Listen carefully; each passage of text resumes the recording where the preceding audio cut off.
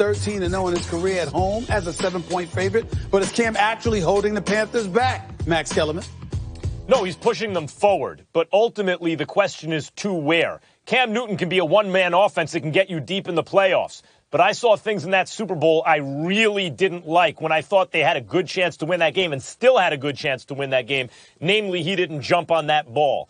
And until I see him in a big moment where he shows the willingness to do something like that, I don't believe in him winning a Super Bowl. So what you're saying essentially is that there's a ceiling on Cam. We agree, by the way, he drives the Panthers forward. He's the reason they are what they are. But there's a ceiling on where he can take them. And I agreed with you almost up until, well, the last couple weeks, Max. I mean, I still agree with you because I need more evidence. But can I just say this? Why I doubted Cam is because he's been an inefficient passer. He has not had a high completion rate. He's not the kind of quarterback who's won very recently in the NFL. But can I just tell you this, Max?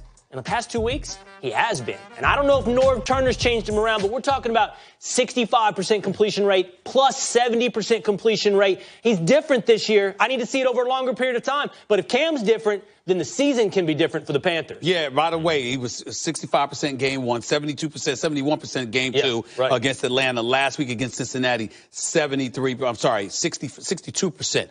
On the season, 67%. Career-wise, 58% completion percentage. It's been very impressive, Max. Go ahead. I'll give you the last word. I mean, I would just say that Cam's lack of precision down the field didn't hold them back from nearly winning a Super Bowl. So that's less of an issue to me maybe than it is for you guys or has been for you guys. But I need to see the willingness to put himself on the line when the fate of the universe is on the line, which it was in that Super Bowl when the ball sat there.